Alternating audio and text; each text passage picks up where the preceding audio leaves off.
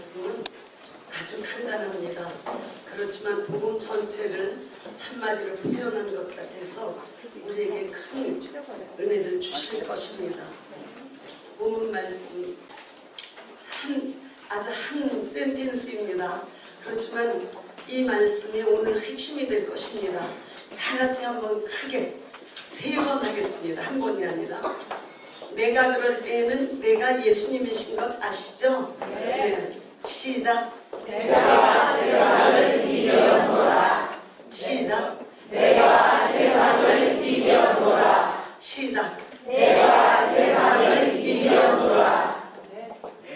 기도하시겠습니다. 하나님 아버지 감사합니다. 저희들이 예수 이름으로 모여 하나님께 예배를 드립니다. 예배드리며 또한 찬양을 하나님께 드립니다. 찬양으로 영광 받으신 하나님 아버지, 예배 가운데서 영광 받으시는 하나님 아버지, 영광 받으신 하나님의 이 자리에 임재하셨음을 우리 모두가 깨닫고 체험하도록 축복해 주시기를 원합니다.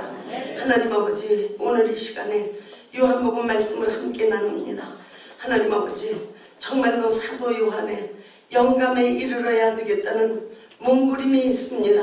요한복음 말씀을 깨닫고 또 경험하고 그 말씀을 전하며 살아야 되는 우리, 이것을 깨달을 수 있도록 이 시간에 성령으로 이끌어 주시기를 간절히 원하고 기도합니다. 성경 말씀 하나도 그 말씀이 기록될 때와 같은 영감의 능력이 나오도록 이끌어 주시기를 원합니다. 아버지 하나님, 요한복음을 전부 깨닫고 요한복음을 깨달은 사람으로 하나님께 영광 돌리며 살기를 원하오니 저희들을 축복해 주시옵소서. 예수님 이름으로 기도합니다. 제가 학교 예일신학대학원대학교에서 이제 강의를 이번 학기에 맡게 되었습니다. 바빠서 강의를 맡지 못하다가 강의를 맡게 되었는데 거기에서 요한복음을 시작을 했어요. 그런데 여기에서도 요한복음을 시작하니까 제 입장에서는 그것과 이곳이 겹치지 않으면서도 요한복음의 복음의 말씀이 나가야 되는 엄청난 부담을 갖게 되더라고요.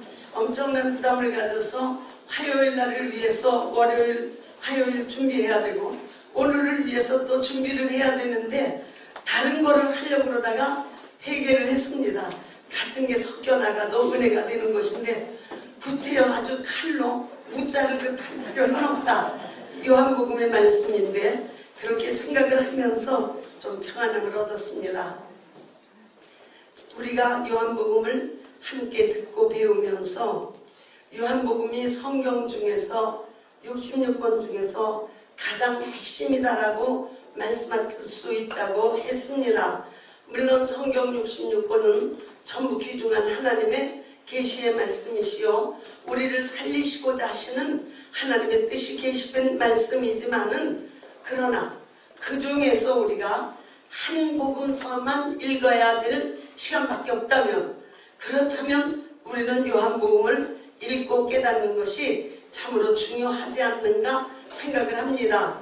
그리고 저도 요한복음을 읽으면서 보면 요한복음이 더 재미있는 것은 사도 요한이 예수님의 제자 사도 요한이 이거 침례 요한이 쓴 거 아닙니다. 예수님의 제자 사도 요한이 요한복음만 기록해 놓은 것이 아니고 요한 1서, 요한 2서, 요한 3서 편지도 썼고 요한 계시록이라고 하는 마지막 때 가장 중요한 하나님의 말씀이 들어있는 요한 계시록까지 기록해 놓았습니다. 그러므로 우리가 성경을 읽을 때에 창세기서부터 누구나 시작하려고 애를 씁니다. 물론 창세기부터 시작해서 창세기까지만 끝내도 다행한 일이죠. 그렇지 않으면 마태복음서부터 또 시작을 하려고 합니다.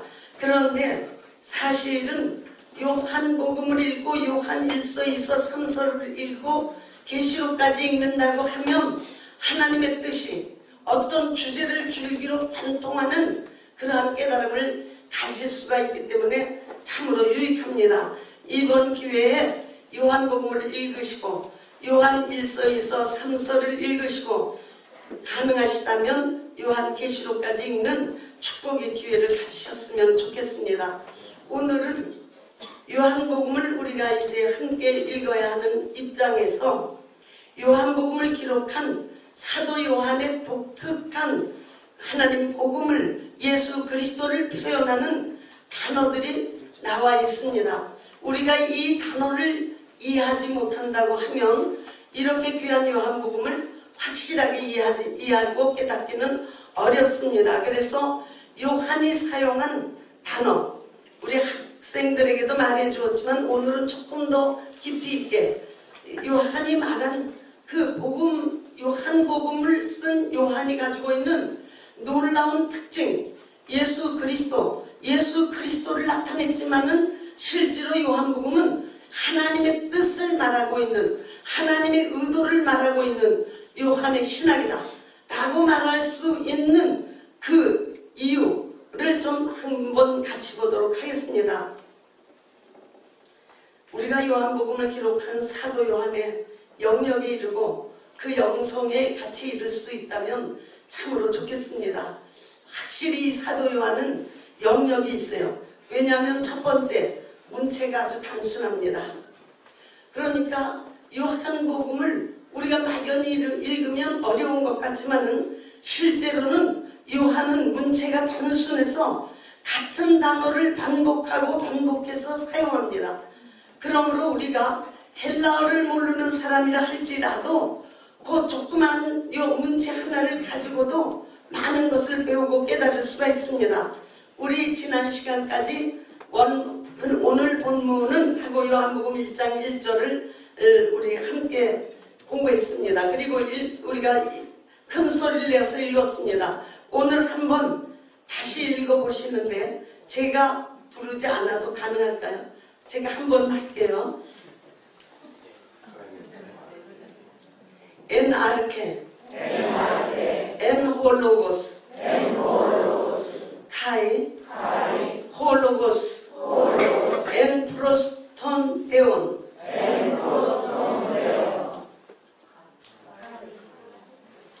카이 데우스 엔 홀로고스. 한번 조금 길게 하겠습니다. 엔 아르케 엔 홀로고스 카이 홀로고스 엔 프로스톤 데온 카이 데우스 엔 홀로고스. 우리가 이제 이 뜻을 압니다. 태초에 계시니라 홀로고스가, 그리고 홀로고스는 계셨다. 어떻게 계셨는가? 프로스톤 데온, 그 하나님, 성부 하나님이라고 말씀드릴 수 있고 야훼 하나님이라고 말씀드릴 수 있고 이스라엘의 하나님이라고 말씀드리는 그 하나님과 함께 계신 분이셨다. 그런데 바로 그 홀로고스는 하나님이시다 라고 나와 있습니다. 자, 여기를 잘 보면 같은 글자가 많죠. 같은 글자가, 이거 참 중요한, 아주 복음에 있어서는 핵심을 얘기하는 것인데 우리가 보면 엔 아르케는 한 번 나왔습니다. 그런데 그 다음 계시니라, 영원히, 영원전부터 영원히 계시는 계시니라는 하나 둘 세 번 나왔죠. 눈에 보이세요? 네. 예, 그러니까 이것이 세 번 나왔으니까 금방 좀 알기가 쉽죠, 그렇죠? 계시니라가 세 번이나 나왔습니다. 그러니까 홀로고스는 영원전부터 영원히 계신 분이시라는 것이 이 단어 세 번 나오면서 우리가 알 수 있는 거죠. 그 다음에 또 많은 단어, 세 번 나온 단어가 또 있죠. 홀로고스, 우리말로는 말씀이라고 번역되었고, 저는 홀로고스를 그대로 홀로고스로 해도 좋겠다. 한 홀로고스가 세 번 나왔죠. 세 번이 나왔고, 그 다음에 하나님이라는 단어가 데오스라는 것인데, 데온, 목적으로 바뀌었지만은 데오스라는 것이 두 번 나왔습니다. 그러니까 다 겹쳐 나왔습니다. 겹치지 않은 것은 엔 아르케하고 프로스밖에 없어요. 그 다음에 다 겹쳐 나왔으니까 우리가 좀 읽기가 쉬워지죠. 엔 아르케, 눈에 사진이 찍히죠. 그 다음에 또 발음이 비슷한 n이에요. 예, 하나는 길고 하나는 짧아서 그렇지. n 홀로고스. 태초에 홀로고스가 계시니라. 아실 수 있겠죠? 그 다음에 홀로고스 n 프로스톤 에온. 그 홀로고스가 하나님과 함께 계셨다. 데오스 엔 홀로고스. 홀로고스는 하나님이시다. 아주 여기까지 쉽게 할 수 있죠. 그런데 1장 2절을 가면 또 똑같이 써 있어요. 아우투스 엔 아르케 프로스톤 에온. 여기에도 엔 아르케 알겠죠? 태초에. 그러니까 들어가 있죠. 그렇죠? 태초에. 그 다음에 엔 계시니라. 이게 이 위로 이게 여기 붙어 있어요. 태초에 계시니라. 하나님과 그 하나님과 함께 계시니라. 요거 하나만 세 단어로 나왔어요. 그분이 그러니까 홀로고스라고 하는 분이 태초부터 하나님과 함께 계시다. 똑같은 거죠. 이렇게 사도 요한이 요한복음을 기록했을 때 참 심플하게 사실은 기록했습니다. 누구든지 알아듣고 누구든지 반복적으로 확인해서 이것이 무슨 말씀인지 깨달을 수 있도록 쓴 사도 요한이 참 귀하다고 생각하게 되는 것입니다. 그런데 그러면서도 불구하고 약자들이라는 것은 꼭 누구를 비평해야 자기가 똑똑한 줄 아는 그런 문제가 있죠. 부정적 견해가 없지 않아 있습니다. 부정적 견해는 사도 요한은 헬라어에 무식하기 때문에 그렇다. 헬라어를 모르니까 같은 단어를 자꾸 썼겠지. 그런 무식해서 그렇다 라고 말합니다. 그런데 대부분의 긍정적 견해는 쉽다. 정말 쉽다. 읽기가 쉽다. 깨닫기도 쉽다. 그리고 이렇게 반복적으로 같은 단어를 썼기 때문에 누구에게나 이 복음이 갈 수 있다. 이것이 어려운 철학자들이 만들어 놓은 글같이 되었으면 누구나 알아들을 수가 없는데 쉽게 썼기 때문에 아주 간단하게 썼기 때문에 누구에게나 복음이 갈 수 있다. 그러니까 유대인에게도 이방인에게도 배운 사람에게도 배우지 못한 사람에게도 요한복음을 통해서는 복음을 받는 대상이 다양하게 할 수 있다는 아주 좋은 장점을 가지고 있습니다. 그러니까 쉽기 때문에 간단하게 썼기 때문에 마음만 먹으면 복음을 받는 대상이 굉장히 광범위하게 넓어질 수도 있다는 것입니다. 두 번째 사도 요한복음을 보면 사도 요한은 단어 사용을 다양하게 쓰는 것을 극도로 절제한 것을 우리가 참 많이 느낄 수 있습니다. 전에도 말씀드린 적이 있듯이 우리가 학자라고 하면 한 2만 단어를 구사해서 말을 하는 사람이 있대요. 말쟁이라고 하는 스토익 학자일지도 모르지만 하여튼 사람이 자기의 것을 표현하는데 2만 단어까지 쓰는 사람이 있답니다.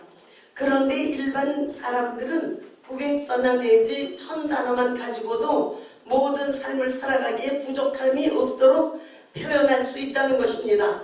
그런데 사도 요한은 500단어 미만으로 요한복음을 썼습니다. 500단어 미만으로. 그러니까 정말 심플하죠. 아주 간단하죠. 그런데 이 문체와 단어가 간결하기 때문에 오히려 깊이가 있는 것. 그래서 듣는 사람에게는, 받아들이는 사람에게는 그 효과가 오히려 극대화가 된다는 것입니다. 사실 우리가 어디에 강의를 들으러 갔을 때 참 못 알아듣고 오는 경우도 있죠. 뭐라고 그러는지를 알 수가 없는 거죠. 우리 또 유식한 척하고 좀 듣기는 들어둬야 되겠는데, 그러니까 모르는 것이 은혜 받은 것이다. 뭐 이런 표현들도 하더라고요. 그러나 하여튼 간에 2만 단어를 쓰고 있는 학자에게 내가 지금 배우고 있다고 하면 얼마나 힘이 들을까 라고 저는 생각을 합니다. 2만 단어를 가지고 표현하는데 나는 그 중에 500단어만 이해가 된다. 그럼 굉장히 힘이 들겠죠.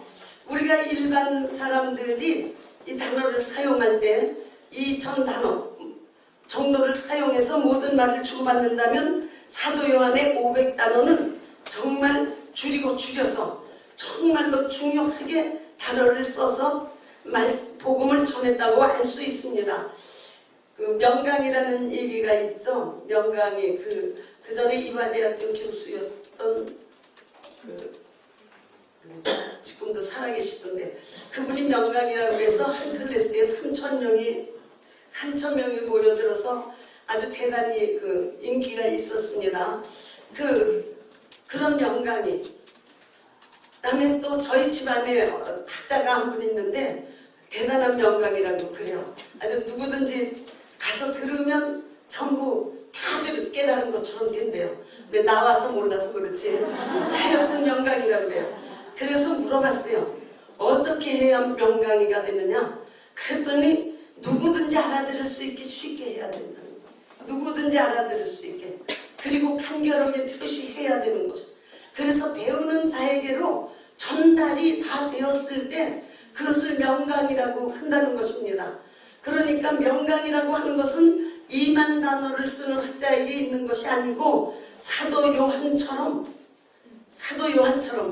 적은 단어를 가지고 표현할 수 있는 하늘 세계까지 다 표현했다면 이건 엄청난 일인 것입니다. 그래서 저도 요한을 닮고 싶어서 쉬운 단어를 사용하려고 무척 노력을 하고 기도도 많이 했습니다. 하여튼 사도 요한복음은 어렵다고 시작하는 것이 아니고 이렇게 쉽다. 우리 사도 요한이 쓴 요한복음 1장 1절서부터 18절까지만 헬라어로 읽으면 나 헬라어 다 통하는 거 아닌가 이렇게 생각해도 된다는 말입니다. 그러니 얼마나 쉬운 것입니까? 세 번째, 사도 요한의 이 요한복음의 특징은 담대한 복음 표현이 있는 것입니다. 구약은 히브리어로 쓰여졌다고 했습니다. 그리고 신약은 헬라어로 쓰여졌습니다. 그런데 이 두 언어는 아주 극적으로 대비가 되는 것입니다. 히브리 언어는 정지되는 것이 없는 것입니다. 히브리 언어는 전부 움직여야 됩니다. 그러니까 우리가 찬양하면 하나님이 임재하셨다 할 때 그 말도 그대로 맞는다고 말할 수가 없어요. 하나님이 이곳에 임재하셨다고 할 땐 조용히 계신 거죠. 느낌이 어떠세요? 휘짓고 돌아다니시는 것 같지 않죠? 하나님이 임재하셨다 그러면 같이 조용히 계신 것 같죠? 그런데 히브리어에는 그런 말이 없어요. 하나님이 임재하셨다 그러면 돌아다니시는 거예요. 돌아다니면서 병든 자가 있으면 고치고 실망하는 자가 있으면 소망을 주고 막 하나님 움직이시는 거예요. 하나님이 이 자리에 임재하시기를 원하는 거죠. 그런데 헬라어는 굉장히 조용해야만 맞는 헬라어입니다. 그러니까 사도 요한이 요한복음을 쓸 때 쓰기는 헬라어로 썼는데 표현은 움직이는 것으로 표현하기를 원한 거예요. 그러니까 헬라어로 조용하게 쓸 수밖에 없는 그 글을 가지고 강하게 움직여 나가는 그 글로 표현을 하기 위해서 사도 요한은 자신이 단어를 독특하게 만들어 쓰기도 하고 세상에서 쓰고 있는 단어를 가져다가 예수님을 표현하는 데다 다 갖다 쓰기도 하는 것입니다. 그래서 히브리적인 정말 하나님의 뜻대로 그 역동성과 생동감과 어떤 강한 확신을 항상 가지는 것. 그러니까 심지어 사도 요한은 믿는다라는 표현을 할 때에도 믿음 그렇게 조용히 있는 것이 아니라 예수님을 향한 적극적인 생동감이 넘치는 계속적인 신뢰, 그걸 믿음으로 말하고 있습니다. 그러니까 믿음이라고 하는 것은 지금 적극적이고 계속적이고 힘이 있는 것, 그것이 계속되는 것을 믿음이라고 말을 했다고 말입니다. 그러니까 이것이 사도 요한의 엄청난 특징입니다. 그러므로 네 번째는 사도 요한은 복음을 역동적으로 표현하기 위해서 그 당시에 일반인들에게서 사용되는 단어를 가져다가 복음으로 승화시켰습니다.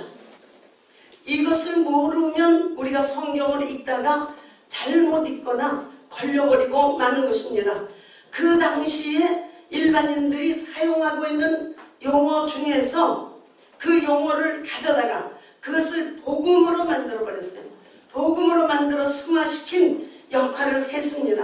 사도 요한은 도처에서 사용되는 단어를 가져와서 자신이 말하고자 하는 근본 뜻, 근본 의미, 그것을 그 단어에 담아서 독자가 손쉽게 복음을 깨달을 수 있도록, 이해할 수 있도록 해놓은 것입니다. 그것이 바로 우리가 계속 요한복음을 공부하면서 이제는 잊어버릴래도 잊어버릴 수 없는 호로고스라고 하는 단어입니다. 호로고스라고 하는 단어는 그 당시에 유대인들은 하나님 말씀이라고 알고 있었습니다. 그리고 그 당시 헬라 시대의 사람들은 어떤 유일한 원리, 그 유일한 원리가 그 하나님 말씀과 비슷한 그 원리다라고 생각을 해서 하여튼 유일하고 힘이 있는 어떤 것을 호로고스라고 생각했습니다. 그랬는데 사도 요한은 바로 그때의 그리스적인 철학이나 유대교나 또는 토속 종교 간의 홀로고스라는 말이 항상 쓰이고 있는 것을 이용해서 홀로고스에다가 그걸 가져다가 거기에 기독교적이고 창조적인 뜻을 부여했습니다. 그래서 그들이 기다리고 있는 로고스라고 하는 것, 로고스라고 하는 분이 예수라는 것을 말하려고 로고스가 예수다 늘 강조해 준 것입니다. 이것이 요한복음 1장 1절서부터 18절까지만 나옵니다. 그 다음에 나오는 홀로고스는 다 하나님 말씀이에요. 그런데 요한복음 1장 1절서부터 18절까지 홀로고스는 예수님을 말하는 것입니다. 아주 예수님을 확실히 지적하는 것이고 조금 더 거기에다 해석을 붙인다면 홀로고스는 신성을 완전히 갖추시고 인성도 완전히 갖추신 하나님 한 분, 그렇게 얘기할 수 있습니다. 그러니까 홀로고스를 담대하게 갖다 썼어요. 그런데 그 사도 요한이 2000년 후에 우리가 무식할 걸 몰랐던 것 같아요. 우리는 자꾸 말씀 그러잖아요. 그러니까 말씀이 계시니라, 그 말씀, 하나님 입에서 나온 말씀이 계시는 걸로 자꾸 생각할 수밖에 없잖아요. 이 말씀이 하나님과 함께 계셨으니 그렇겠지, 하나님 입에서 나온 말씀이니까 하나님과 함께 계셨겠지. 근데 이 말씀이 하나님이다, 이게 입에서 낸 사람과 말씀이 나온 말씀이 어떻게 하나가 되어 있을까 해서 거기서부터 혼돈을 일으키는 것인데, 홀로고스는 하나님이시다, 홀로고스는 예수시다, 홀로고스는 인간이시다, 이것을 얘기하는 겁니다. 그래서 홀로고스가 신성과 인성을 온전히 갖추신 하나님이심을 말하면서 그분이 바로 예수심을 지적을 해낸 것입니다. 그러니까 여러분이 오늘이라도 여러분 이제 집으로 돌아가셔서 요한복음 1장 1절서부터 28절까지는 한번 읽어보셔야 돼요. 말씀이라고 된 것을 전부 예수님으로 놓고 읽어보세요. 그러면 여러분이 요한복음 진짜 쉽구나, 정말로 쉽게 쓰여진 복음서로구나 라고 깨달을 수 있는 것입니다. 하여튼 요한은 요한복음에서도 1장 1절서부터 18절까지, 요한일서는 1장 1절에서 거기에서만 홀로고스를, 예수님으로 오실 그분을 말을 하고 있었던 것입니다. 정말 복음에서 볼 때에는 새로운 단어를 담대하게 사도 요한이 갖다 쓴 것이요, 요한 자신의 신앙과 신학을 홀로고스라고 하는 한 단어 속에 표현해 버리고 만 것입니다. 그래서 홀로고스라는 그 단어, 그것 자체가 신학이 될 수 있을 만큼 그 위대한 표현을 했던 것입니다. 그 다음에 두 번째 사도 요한이 쓴 독특한 단어가 있습니다. 그것이 나는 이다입니다. 나는 뭐뭇이다, 나는 뭐뭇이다 라는 표현입니다.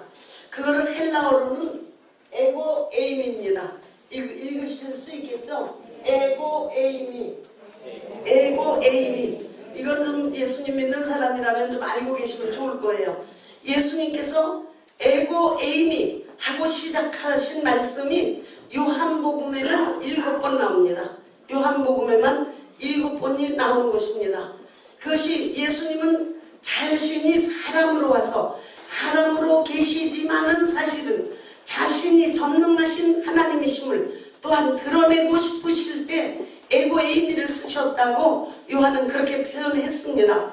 그래서 나는 누구이다. 근데 구약을 보면 구약에 그런 말씀이 있습니다. 하나님께서 나는 전능한 하나님이다 할 때 같은 표현을 하셨거든요. 나는 치료하는 하나님이다.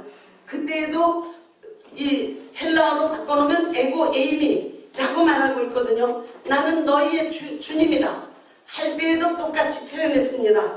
이와 같이 예수님에게다 이 사도 요한은 그 말을 갖다 쓴 것입니다. 사람들이 에고 에임이라는 말을 자기들 내가 누구다, 나는 아버지다, 나는 어머니다 이런 데다 막 쓰고 있는 것을 가져다가 요한복음에서 7번 사람으로 오신 예수님이 한 신성을 가지신 하나님이신 것을 나타냈습니다. 우리가 누구나 알 수 있죠.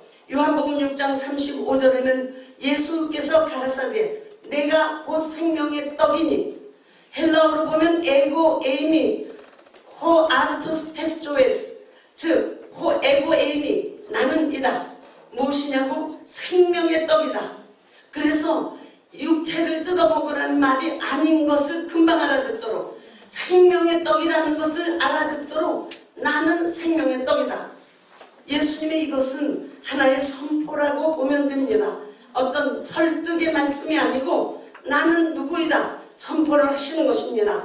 요한복음 8장 12절에도 예수님께서 말씀하시기를 나는 세상의 빛이니 라고 말씀했습니다. 나는 세상의 빛이니, 그러니까 태양을 말하는 거 아닌 것 금방 알 수 있겠죠. 예수님이 세상의 빛이라고 말씀을 했던 것입니다. 요한복음 10장 7절에는 나는 양의 문이라, 나는 문이라고 말씀을 하셨습니다. 요한복음 10장 11절에는 나는 선한 목자라. 유대인들은 그리고 중동 지역의 사람들은 목자라는 말만 나오면 금방 알아듣습니다. 그때는 양을 잡아먹는 일이 늑대, 아주 사나운 짐승들이 많이 있기 때문에 목자 없는 양은 상상할 수가 없었던 것입니다. 그러므로 나는 양의 목자다 하면 나 없이는 너희가 살 수 없다는 것 금방 알 수 있도록 표현한 것입니다. 그리고 요한복음 11장 25절에는 나는 부활이요 나는 생명이다 라고 말씀을 했습니다. 그리고 요한복음 14장 6절에서는 내가 길이요 내가 진리요 내가 생명이다. 그 똑같이 에고 에임이라는 단어를 쓴 것입니다. 그리고 요한복음 15장 7절에는 요한복음 15장 1절에는 내가 참 포도나무요 라고 말씀을 해서 사도 요한은 예수님이 사람으로 오셔서 사람들 눈앞에 육체를 가진 사람으로 보이지만 예수님은 또한 하나님이시기 때문에 그가 하시는 역할들이 하나님만이 하실 수 있는 역할을 감당하고 계신 분이라는 것을 드러내고 있는 것입니다. 그 다음에 조금 짧게 가는 겁니다. 사도 요한이 쓴 글들이 독특하고 놀라운 게 많이 있어요. 그 독생자 예수라는 것, 아까 제가 다른 분하고도 그런 얘기를 했는데 예수님이 하나님의 독생자인 거 우리 너무 잘 알죠, 그렇죠? 하나님의 독생자 누가 가르쳐줬어요? 성경에 써 있으니까 우리가 성경을 통해서 아는 거겠죠. 하나님의 독생자 예수 그리스도 이렇게 아는 거죠. 그런데 실제로는 이 독생자라는 단어가 요한복음에서만 나옵니다. 성경 다른 데는 없어요. 그러니까 요한만 사용한 단어다 그 말이에요. 그러니까 말씀이 육신이 되신, 로고스가 육신이 되신 분을 독생자 예수, 하나님의 독생자라고 표현한 것은 사도 요한이 요한복음 1장 14절, 3장 16절, 3장 18절 이렇게 세 군데서만 말했습니다. 근데 우리는 매일 성경만 열어보면 독생자가 나올 것 같죠? 하나님의 독생자 예수, 또 주 하나님 독생자 예수 많이 부르잖아요. 여기서 그러니까 주 하나님 그러면 독생자. 근데 사도 요한이 요한복음에서 3번 썼어요. 예수는 하나님의 독생자라고 말씀하고 있는 것입니다. 그래서 하나님이 세상을 이처럼 사랑하사 독생자를 주셨으니 그 독생자를 줬다는 것. 그러니까 실제로는 예수님은 하나님과 함께 계신 분이죠. 일체 되시는 분이시거든요. 삼위이시지만은 일체 되시는 분이신데 그 일체 되시는 분을 사도 요한은 독생자라고 표현했어요. 독생자라고 표현할 때 그 뜻이 뭔가 하면 모노게네스라는 뜻을 가지고 있는데 only begotten son, 즉 유일하게 아버지가 내놓은 아들이다. 그렇게 표현한 거예요. 유일하게 아버지가 내놓은 아들이다. 그러니까 어머니가 아들을 낳을 수는 있잖아요. 많이 그렇죠? 그런데 아버지가 직접 태어나게 한 아들을 예수님이라고 말했어요. 그래서 예수님을 독생자, 하나님의 독생자를 주셨으니 저를 믿는 자마다 멸망치 않고 영생을 얻게 하려 하심이라. 또 3장 18절에서는 믿는 자는 심판을 받지 아니한 것이요 믿지 아니하는 자는 하나님의 독생자의 이름을 믿지 아니하므로 벌써 심판을 받은 것이니라. 그리고 이제 요한일서에 넘어가면 요한일서 4장 9절에서 독생자를 세상에 보내시면 저로 말미암아 우리로 하여금 살게 하려 하심이라 라고 말씀해서 독생자라는 단어는 오직 사도 요한만이 사용한 예수님을 부르는 예수님에 대한 호칭이요 예수님을 표현한 말씀인 것입니다. 그래서 사도 요한은 예수님을 독생자라고 말했고, 그리고 요한복음 1장 18절에서 참 이해하기 어려운, 저는 성경 구절 중에서 제일 늦게 깨달은 것이 요한복음 1장 18절인 것 같아요. 그렇게 말씀이 되어 있거든요. 아버지 품속에 있는 독생하신 하나님이 나타내셨느니라. 알 것도 같으면서 참 이것처럼 어려운 말이 없더라고요. 아버지 품속에 있는 독생하신 하나님이 나타내셨느니라. 독생한 것이 뭔가? 그러니까 혼자 살고 있었단 말인가? 독생이라니까 그렇게 생각이 되죠. 그렇죠? 나타내셨느니라 라고 이렇게 말씀을 하고 계신데, 이제 우리가 알 수 있겠지 않겠어요? 하나님과 함께 계신 분을 밖으로 세상으로 보냈을 때 독생자 하나님이라고 말씀하시는구나. 이게 사도 요한이 쓰는 아주 독특한 표현입니다. 독특한 표현. 그 다음에 세 번째, 세상이라는 단어를 보겠습니다. 헬라어로는 코스모스라고 합니다. 코스모스는 알아듣기 쉬우시죠? 그런데 이 세상이라는 단어가 성경에서 세 가지가 있습니다. 하나는 아이언이라고 하는 것이 있는데, 어떤 시기를 말할 때 세상이라고도 쓰고 시기라고도 씁니다. 그러니까 여기서부터 삶을 시작해서 여기에서 끝냈다 할 때 그것을 우리는 그러면 일생이라고 그러는데, 일생을 이걸 세상이라고 성경은 표현하기도 했습니다. 그러니까 어떤 지속되는 시간을 세상이라고 그랬습니다. 또 어떤 기간, 어떤 시기, 또는 자연의 현재 질서가 이루어지면서 움직여 나가는 것, 그걸 세상이라고 말했고, 또 하나 세상이라고 한 것은 땅이나 흙, 지구, 육지, 그거는 개라고 했습니다. 개. 헬라어로는 개라고 얘기를 했어요. 이렇게 하고 있는데 사도 요한만은 세상을 코스모스라고 표시했어요. 이 코스모스라는 표시를 사도 요한은 아주 정확하게 제시하고 있습니다. 그러니까 이것을 어느 학자는 그렇게 말했습니다. 요한복음에 와서야 세상이라고 하는 코스모스라고 하는 의미가 일관성 있게 해석되고 결실을 맺었다.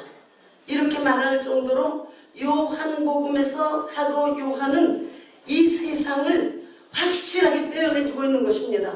우리 가끔 그러죠. 레마가 하여튼 잘못됐다. 뭐 그런 얘기도 하고, 복음을 잘못 가르친다. 그런 얘기도 하다가 요즘은 복음 잘못됐다는 얘기는 하나도 안 해요, 이제. 그런데 사실은 요한복음을 보면 하나님 예수 그리스도, 하나님의 독생자가 이 땅에 오신 것이 인류만 구원하는 걸로 끝내는 것이 아닙니다. 요한복음을 보면, 아주 오늘 성경을 여러분이 직접 읽어보시게 할 건데, 인류를 구원하는 것으로 끝나는 것이 아니라 마지막 세상을 심판하는 것까지 하시기 위해서 오셔서 내가 승리하였다. 아까 읽으셨죠? 그 승리하였다라는 것이 마무리인 것은 세상에서 사람들을 끌어낸 것, 구원해낸 것, 그것만이 하나님의 뜻이 아니고 끌어낸 다음에 그 나머지는 심판하는 거예요. 그것은 요한복음을 통해서만 알 수 있습니다. 그래서 제가 요한복음을 읽으시고 요한 1, 2, 3서 읽으시고 계시록을 읽으면 막 관통하는 줄기가 있다고 말해요. 관통하는, 막 뚫고 나가는 그 힘으로.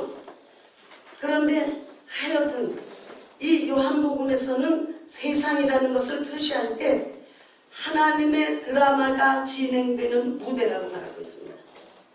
세상이 무엇이냐? 하나님의 드라마가 진행되는 무대, 현장. 무대 아니면 현장. 그러니까 이 세상이라고 하는 것은 하나님의 그 뜻이 이제 여기에서 이루어지고 있는 그 현장, 무대란 말이죠. 그러니까 무대로 생각하시면 되세요. 이 무대가 이게 세상입니다. 이 세상. 그런데 이 세상이 하나님 쪽에서 볼 때에는 그 세상에서 끌어낼 자들을 끌어내셔야 되고, 끌어낸 다음 마지막은 심판하셔야 되는 그러한 입장에 계신 것이다 그 말이에요. 그 드라마가 이루어지는 현장을 세상이라고 말씀했습니다. 그래서 그 다음서부터 우리가 요한복음을 보면 예수님이 오셨다고 하는 것은 이렇게 무대에서 이루어지고 있는데, 자, 예수님이 저 다른 데서 이쪽 안으로 들어왔다고 표현하고 있어요. 그래서 꼭 단어는 에스톤 코스몬, 세상 안으로 예수님이 들어왔다는 거예요. 이 세상 안으로. 우리는 그냥 세상에 세상에 오셨다, 이렇게 세상을 이처럼 사랑하사 이렇게 얘기하는데, 예수님이 세상과 연결돼서 표현될 때는 에이스, 안으로 세상 안으로 들어오셨다라고 이렇게 말해주고 있습니다. 그 성경 구절 같이 읽어보죠. 성령님 역사하셔서 성경 구절 자체가 여러분에게 능력이 되었으면 좋겠습니다. 요한복음 3장 17절 다 같이 읽어보시겠습니다. 시작. 하나님이 그 아들을 세상에 보내신 것은 세상을 심판하려 하심이 아니요 저로 말미암아 세상이 구원을 받게 하려 하심이라. 하나님이 그 아들을 세상이 아닌 곳에서 세상 안으로 보내신 것은 오시자마자 심판하는 것이 목적이 아니라 일단은 구원을 받게 하시는 것이 목적이다 이렇게 말하고 있어요. 이때도 에이스, 안으로 오셨다는 겁니다. 그러니까 아주 구체적으로 하나님의 나라가 진격해 들어오는 표현을 해주고 있는 것입니다. 요한복음 10장 36절 시작. 하물며 아버지께서 거룩하게 하사 세상에 보내신 자라 나는 하나님의 아들이라 하는 것으로 너희가 어찌 상담하다 하느냐. 그러니까 예수님은 하나님께서 예수님을 거룩하다고 하시고 그 다음에 세상 안으로 보내셨어요. 안으로 보내셔서 그 아들이 나는 하나님 아들이라고 말했다 그 말이에요. 그러니까는 안으로 들어오는 것. 자, 무대가 지금 막 여기에서 자기들끼리 도토리 키재기를 막 하고 있어요. 뭐가 뭔지도 모르면서 살고 있는데 하나님이 보내셔서 예수님이 뚜벅뚜벅 걸어 들어오신 것과 같다고 말해요. 이게 성경 표현 그대로입니다. 요한복음 11장 27절 시작. 주여 돌아오리다. 주는 그리스도시요 세상에 오시는 하나님의 아들이신 줄 내가 믿나이다. 예, 이제 고백입니다. 주여 그라하이다. 여기 원문대로 보면 오 예스 그렇게 얘기했어요. 오 예스 맞습니다. 뭐가 맞느냐? 당신은 그리스도시요. 예수님에게 말하는 겁니다. 당신은 그리스도시요 하나님의 아들이시요. 그리고 세 번째 세상 안으로 들어오신 분이시오 이렇게 말했어요. 예수님을 표현할 때마다 세상 안으로 들어오신 분이라는 걸 성경은 계속 강조하고 있어요. 그러니까 우리는 그냥 마리아 태중에 있었던 생각부터 하기가 쉬운데 하나님이 보내사 세상 안으로 들어오셨다는 것. 이런 말씀을 통해서 예수님에게 권위가 계속 부여됐으면 좋겠습니다. 그러면 또 권위가 부여되는 만큼 우리의 믿음도 성장하게 되는 것이고 복을 받게 되는 것입니다. 그 다음에 요한복음 16장 28절 시작. 내가 아버지께로 나와서 세상에 왔고 다시 세상을 떠나 아버지께로 가시니. 예, 여기에도 같은 말씀이죠. 내가 아버지께로서는 나와가지고 아버지께서는 나와서 세상 안으로 왔고 이렇게 되었어요. 근데 헬라어로 보면 앵크라는 거는 바깥으로 이렇게 나왔다는 거예요. 아버지께로부터 바깥으로 탁 나와가지고 그 다음에 에이스톤 코스몬 세상 안으로 뚜벅뚜벅 들어오신 거지. 그렇게 들어오신 분이 이제 할 일을 다 하시고 난 다음에 다시 나는 세상을 떠나가서 아버지 나라 아버지께로 들어가겠다. 좀 눈에 보이시는 듯하죠. 이렇게 그냥 추상적으로 읽었던 것이 예수님이 어떻게 그 일생에 하나님의 뜻을 이루기 위해서 움직이셨는지 우리가 좀 깨닫게 되는 것입니다. 그러니까 아버지께로부터는 나와서 그 다음에는 세상 안으로 들어와가지고 하나님의 뜻을 다 이루어 놓은 다음에 또다시 이 세상을 떠나서 그래서 하나님 아버지께로 딱 들어간다. 무슨 얘기인지 이해가 되시죠? 우리가 무대를 보듯이 하면 좀 헬라적 사상이지만은 그래도 이해부터 하는 게 빠르니까요.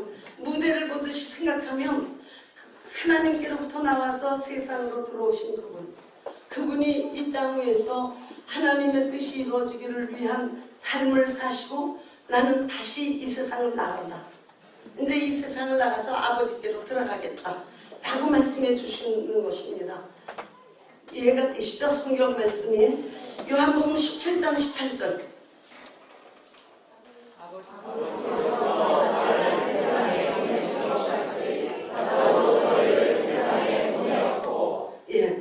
아버지께서 하나님 아버지께서 예수님을 세상 안으로 들여보내신 것처럼 이제 예수님도 우리 예수 믿는 자를 세상 안으로 들여보내겠다는 거예요. 그러니까 우리가 예수 믿는 자라고 하는 것은 실제로 세상에 사는 사람이 아니다라는 거예요. 우리 예수 믿는 자는 이 세상에서 이 세상을 떠나서 하늘나라에서 사는 사람인데 예수님께서 우리를 다시 이 세상 안으로 보내셨다는 거예요. 예수님이 들어오셨던 것처럼 예수 믿는 사람도 세상 안으로 들어온 것입니다. 그것도 성경 말씀에서 그대로 이해가 되시죠? 예. 그 다음에 요한일서 4장 9절 시작.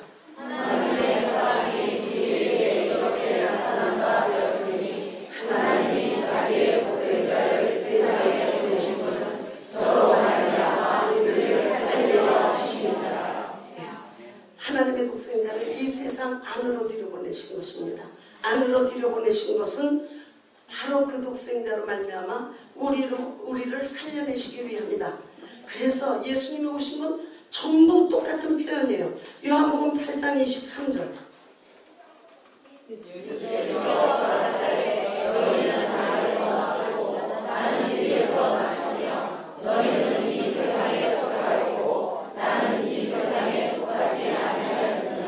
무슨 말씀인지 아시겠죠?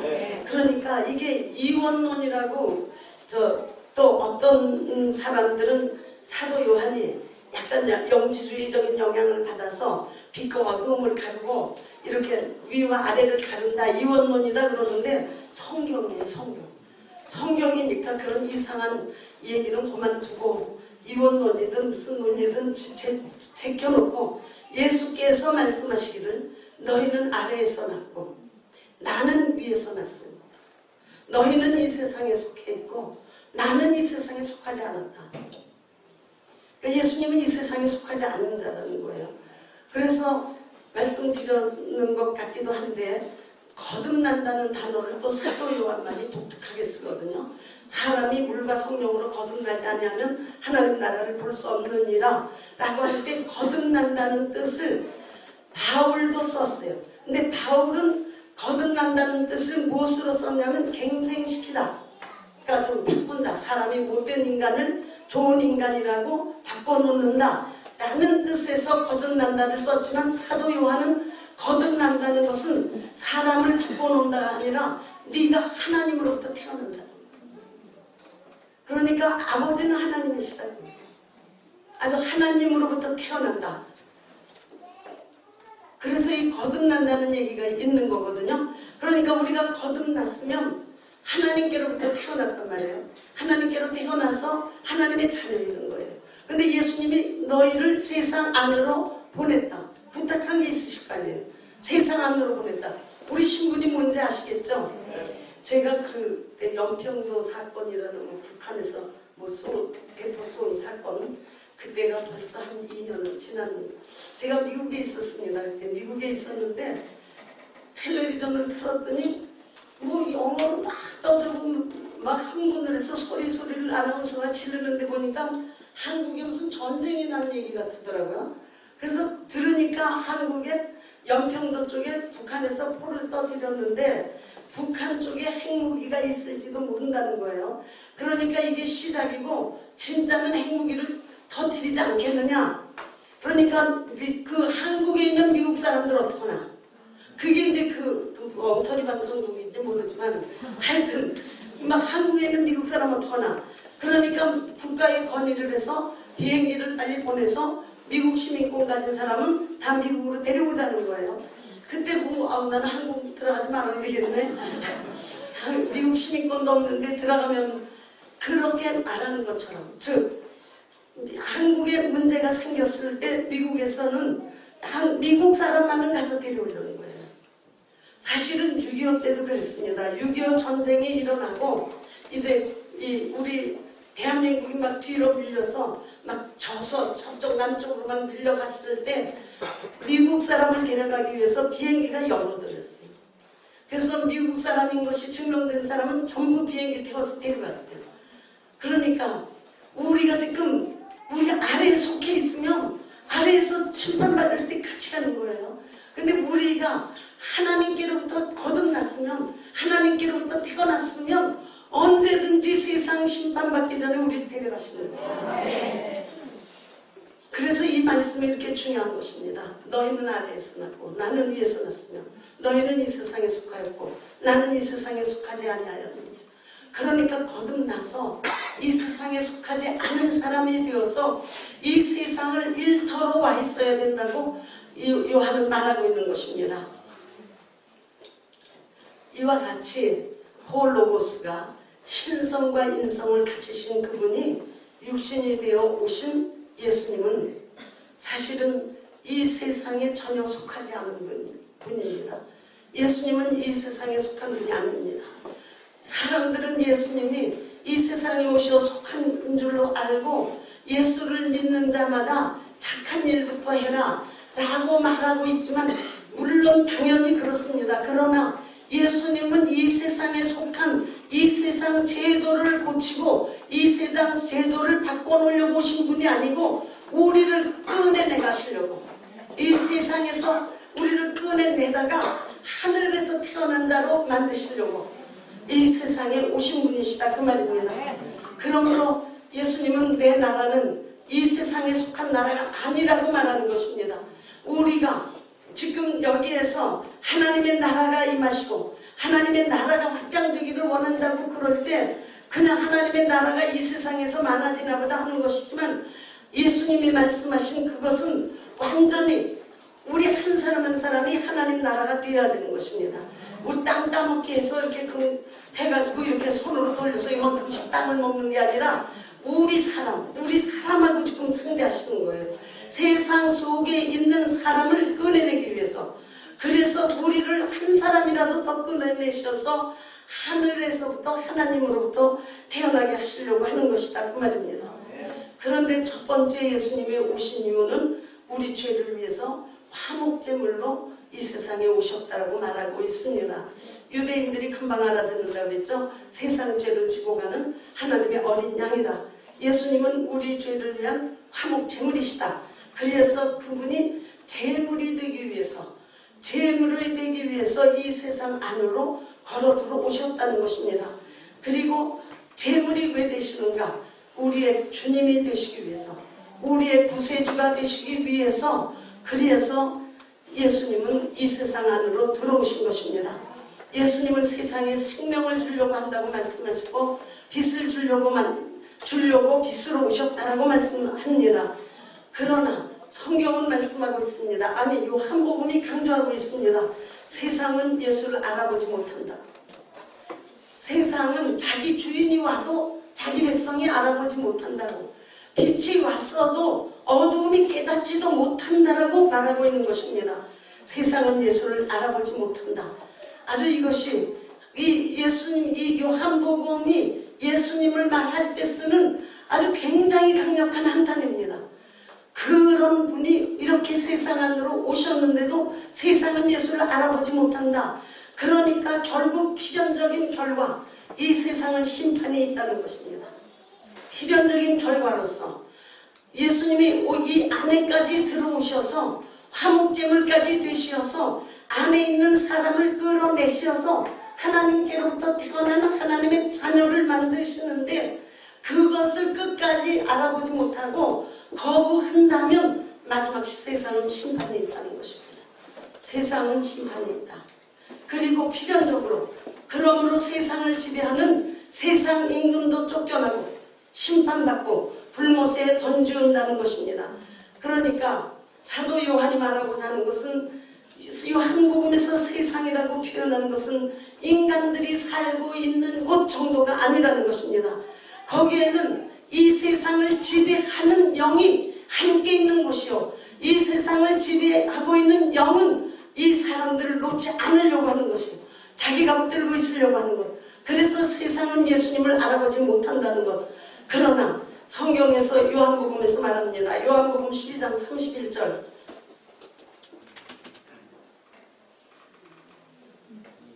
시작. 이제 이 세상의 심판이 이르렀으니 이 세상 임금이 쫓겨나리라. 아멘이죠. 네.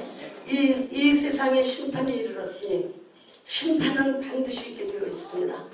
이 심판 때에는 세상 임금을 노릇한 마귀가 쫓겨난다고 말씀하고 있는 것입니다. 요한복음 16장 11절.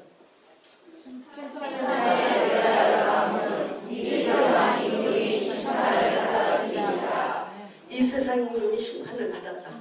이 세상 임금이 쫓겨난다. 아주 성경이 연속해서 말씀해주고 있는 것입니다. 그것이 바로 하나님의 심판이다. 하나님의 심판이 이르면 이 세상 임금이 심판을 받고 쫓겨난다라고 말씀해주고 있는 것입니다. 그래서 이 세상이라고 하는 것은 우리끼리 살고만 있는, 우리끼리 적당히 삶을 유지하고 질서를 유지한다고 요한복음에서는 말하지 않냐고, 세상이라고 하는 것, 코스모스라고 하는 것은 인격화되어 있는 것이고 마귀와 그의 집단을 말하는 것이다 라고 정확히 짚어주고 있는 것입니다. 마귀와 그의 집단이 이 세상을 지배하고 있는 것이다. 그 속에 속한 것은 끝장 보고 심판에 같이 가는 것이 되는 것이고, 거기에서부터 밖으로 나와서, 그래서 안으로 들어오는 것과 밖으로 나오는 것과 너무 정확하게 표현해 주는 것이에요. 밖으로 나와서 밖에서 나온 사람이 되어 예수님이 보내주시어서 일하러 다시 오라는 것이죠. 아주 우리 믿는 사람이 이 과정은 정확히 거쳐야 된다고요. 그냥 적당히 그냥 믿으면 좋고 그렇게 되는 것은 아니다는 말입니다. 요한일서 4장 4절을 보시겠습니다. 요한복음 14장 20절. 네. 시작. 자녀들아, 너희는 하나님께 속하였고 또 저희를 이겼나니 이는 너희 안에 계시니가 세상에 있는 것보다 크시니라. 무슨 말씀인지 아시겠죠? 네. 정말 아멘이죠? 네. 자녀들아, 너희는 하나님께 속하였고, 그러니까 내가 속한 곳이 어떤 건지 확실히 소속감이라는, 제가 말씀도 전해드렸지만 정말 너무 강력한 소속감이에요. 너희는 하나님께 속하였고, 하나님께 속하였다는 것은 마귀를 이겼다는 거예요. 이 더러운 영을 이겼다는 것입니다. 저희를 이기었나니 그 이유는 너희 안에 계시니가 세상에 있는 이보다 크시니라. 너희 안에 있는 계시니가 세상에 있는 이보다 크십니다. 정말 어떤 때 근심 걱정이 있을 때 이 말씀만 가지고도 승리할 수 있지 않습니까? 내 안에 계신 이가 세상에 있는 이보다 크다. 정말 내 안에 계신 이가 세상에 있는 이보다 크다. 정말로 이 세상 코스모스 사도 요한이 표현한 요한복음에서 코스모스라고 하는 것은 필연적으로 하나님의 심판이 따르는 세상이요, 하나님께 불순종하여서 사단 편에 있었던 사람이 끝까지 세상에 속해 있으면 함께 심판받는 것이요, 그러므로 이 세상은 마귀가 지배하는 조직체요, 나름대로 힘을 가지고 있는 마귀의 집단의 조직체가 되는 것입니다. 그래서 우리는 세상 안에 있지 아니하고 이제 하나님에게 속한 자가 되는 것이라고 말하게 되는 것입니다. 그 다음 요한복음 1장 55장 요한 1서 5장 18절.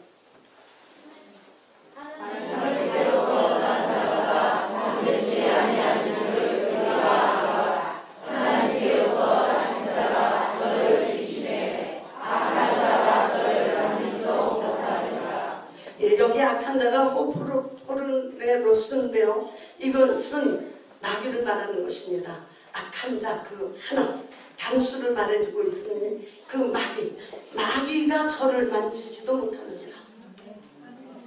하나님께로서 나신 자가 저를 지키시네. 하나님께로 나오셔서 세상으로 오신 분이 예수시죠. 그분이 너를 지키시니, 너를 지키시니 세상 임금 노릇하고 있는 악한 자, 그 악한 자가 너를 만지지도 건드리지도 못한다. 이건 성경 말씀입니다. 그대로 이루어지는 말씀이 되는 것입니다. 요한 1서 5장 19절, 그 다음 절입니다.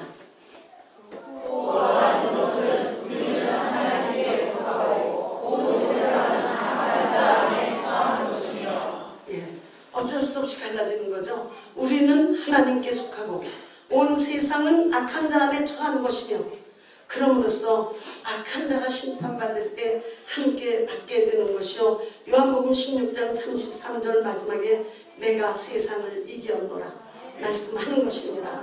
내가 세상을 이기었노라. 세상을 이기셨다는 것은 마귀를 멸하시고 마귀의 일까지 멸하시고 그 무리들 그 집단들까지도 멸하셔서 마지막에 이들을 불못에 던지시는 것입니다. 자, 이거는 제가 읽어만 드리겠습니다. 프린트를 못했어요. 계시록 20장 2절입니다.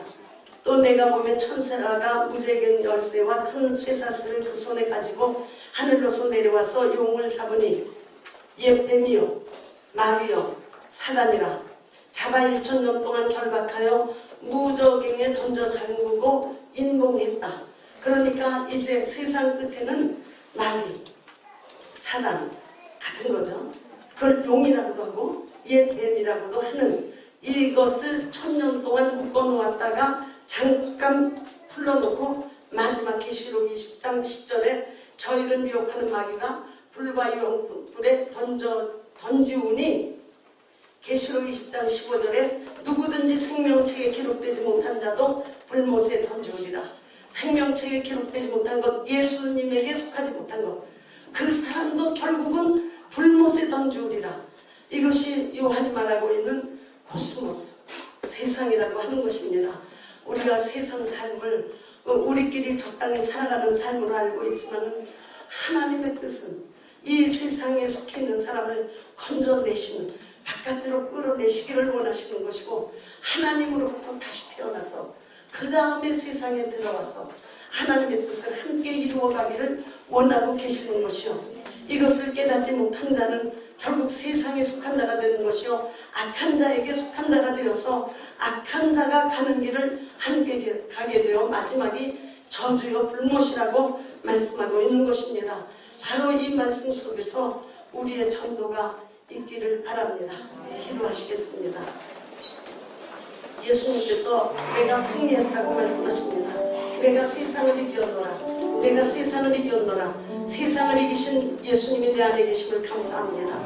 나도 세상에 속한 자가 아닙니다. 나도 하늘에 속한 자요, 하나님께로부터 태어난 자입니다. 복음을 깨닫게 해주셔서 감사합니다. 기도하시겠습니다.